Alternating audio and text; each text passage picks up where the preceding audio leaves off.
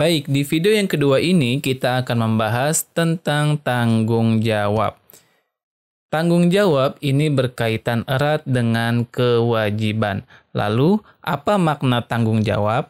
Pertama, tanggung jawab bisa berarti beban kewajiban suatu pekerjaan atau tugas yang harus dipikul sesuai dengan ketentuan. Yang kedua, sikap seseorang dalam bentuk kesediaan dan kemauan untuk menyelesaikan kewajiban yang diterimanya. Nah, Islam menggariskan bentuk-bentuk tanggung jawab. Ada berbagai macam tanggung jawab, baik itu tanggung jawab terhadap agama, diri sendiri, keluarga, masyarakat, bahkan bangsa dan negara. Yang pertama, kita akan membahas tanggung jawab terhadap agama. Yang pertama, meyakini kebenaran Islam. Kita harus meyakini bahwa Islam adalah agama yang benar dan kita harus yakin agama Islam sebagai agama yang kita anut. Kita bersyahadat, asyhadu alla ilaha illallah wa asyhadu anna Muhammadar Rasulullah. Aku bersaksi bahwa tiada Tuhan selain Allah dan Nabi Muhammad adalah utusan Allah. Setelah kita meyakini kebenaran Islam, kita meyakini Islam sebagai agama kita, tanggung jawab kita selanjutnya adalah mempelajari agama Islam.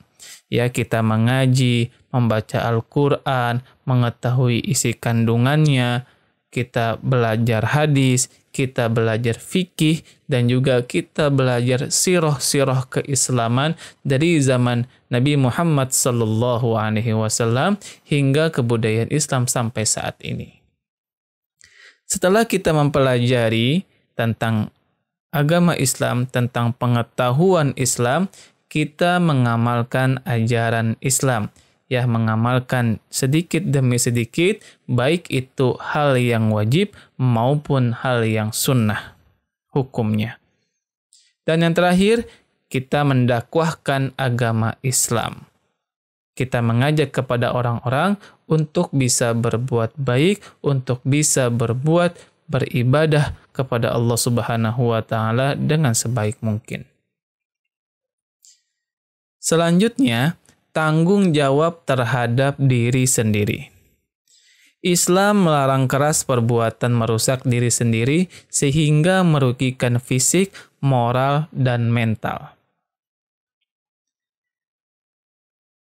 Yang kedua, Islam tidak membenarkan seseorang yang lahiriahnya baik dan terpuji sementara jiwa dan batinnya rusak.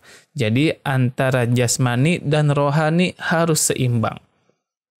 Baik akhlaknya, terpuji sifatnya, jiwanya dan batinnya juga harus baik dan tentram. Makanya kita diajarkan untuk beribadah, kita berzikir kepada Allah Subhanahu wa taala agar hati kita bisa menjadi tenang.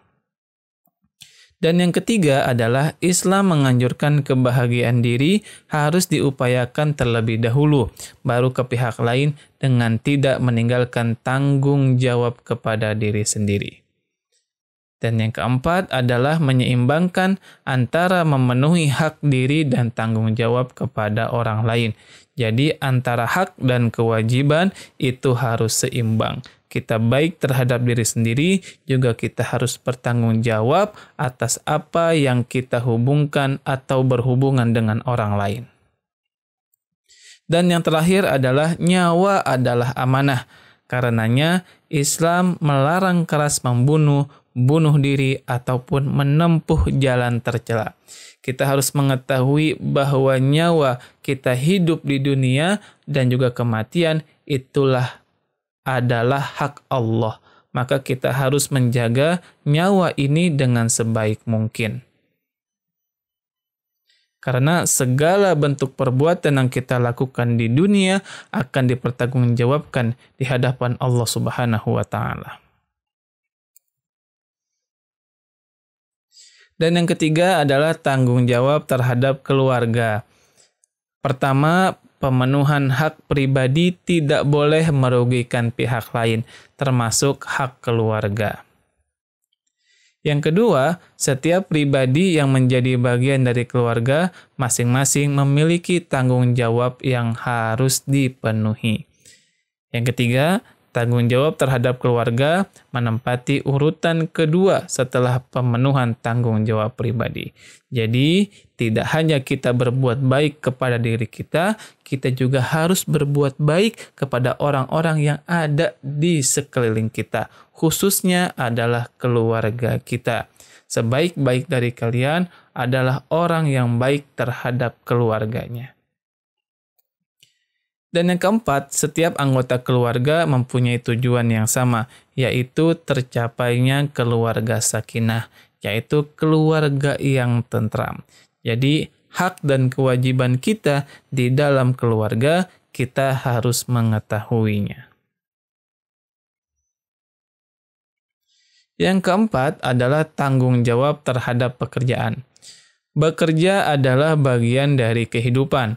Oleh sebab itu, Islam mendorong setiap umatnya untuk bekerja keras, mencari nafkah atau bekerja, dan tidak menyetujui pribadi-pribadi yang malas. Banyak jenis pekerjaan yang didapat secara halal, asal memenuhi ketentuan.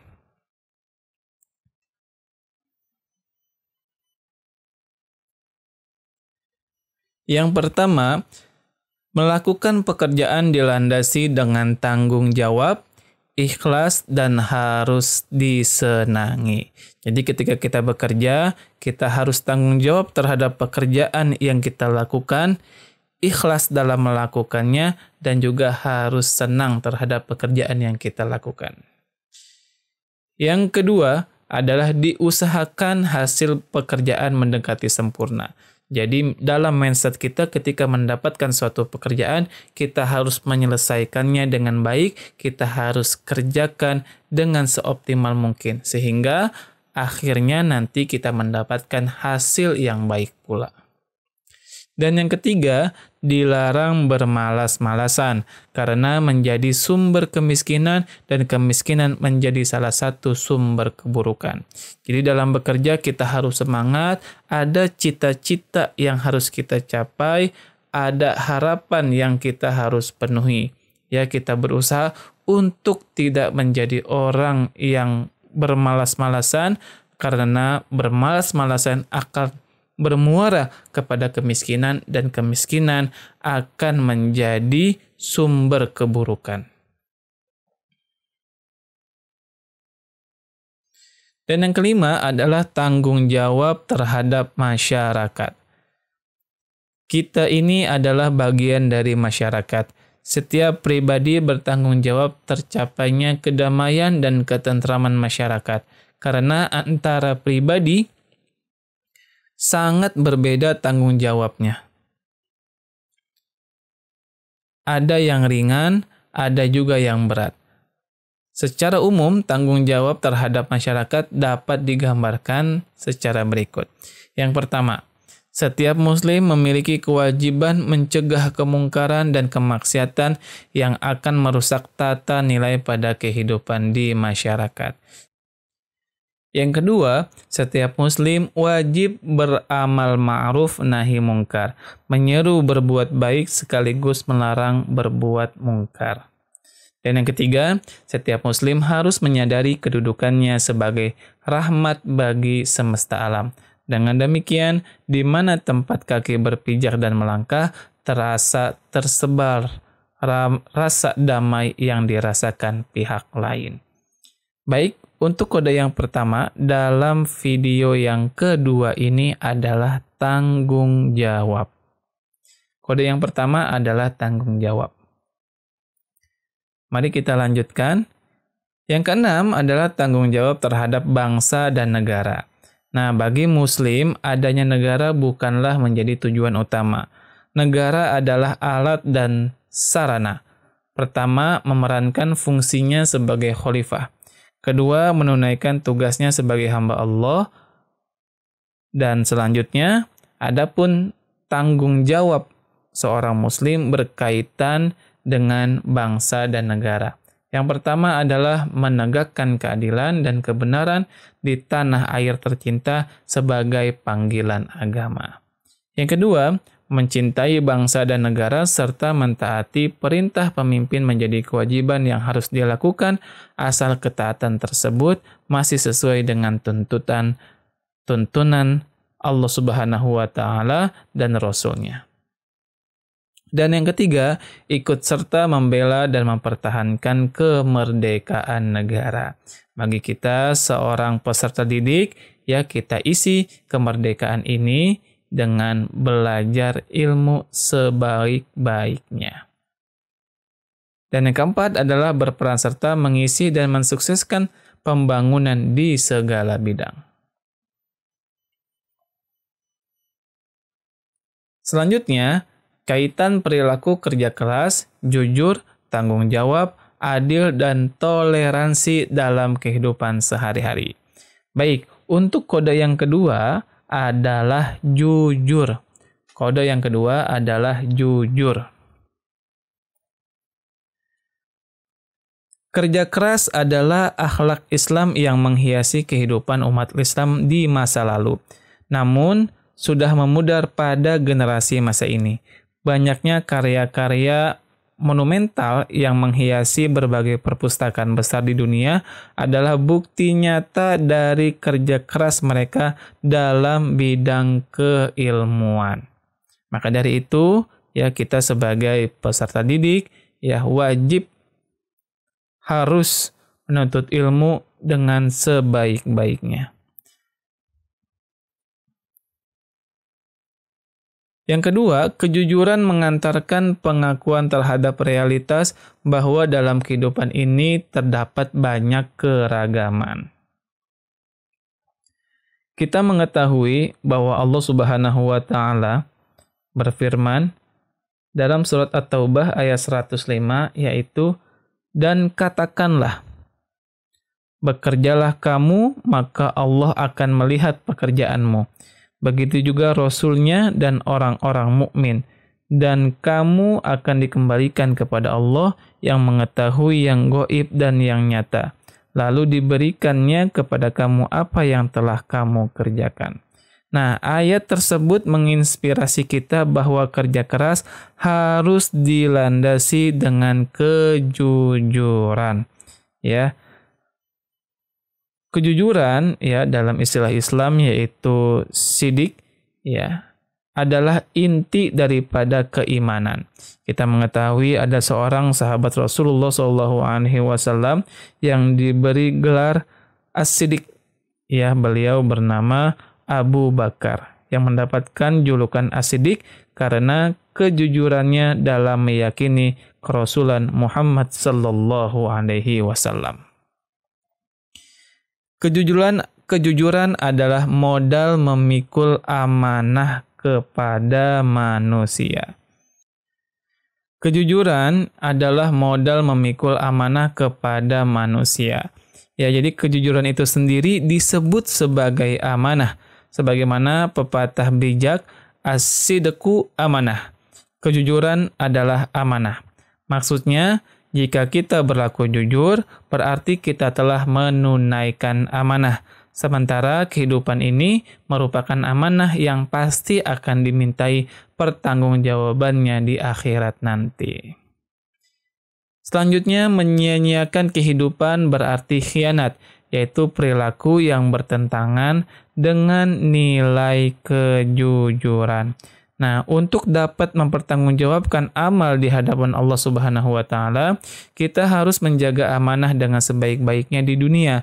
Karena di dunia inilah kita menanamkan semua yang ingin kita petik nanti di akhirat.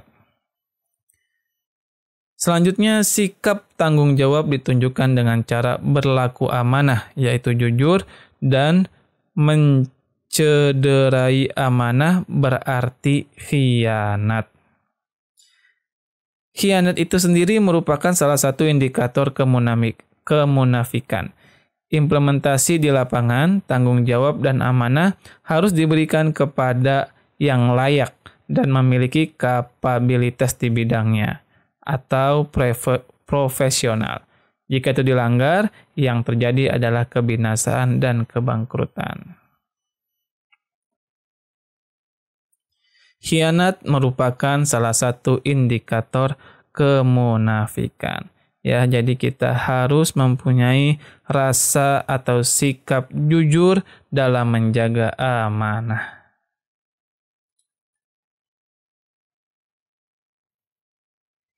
Itu saja mungkin materi kita pada bab yang ketujuh ini. Mudah-mudahan video ini dapat bermanfaat untuk semuanya. Dan mohon maaf apabila ada kesalahan Bapak dalam menyampaikan materi di bab ini. Untuk kode yang ketiga pada video ini adalah toleransi. Kode yang ketiga pada video ini adalah toleransi. Mudah-mudahan semuanya mendapatkan nilai yang terbaik dalam pelajaran ini. Dan dapat memahami apa yang kita pelajari dalam pembelajaran bab yang ketujuh ini. Itu saja yang dapat Bapak sampaikan. Akhirul kalam. Assalamualaikum warahmatullahi wabarakatuh.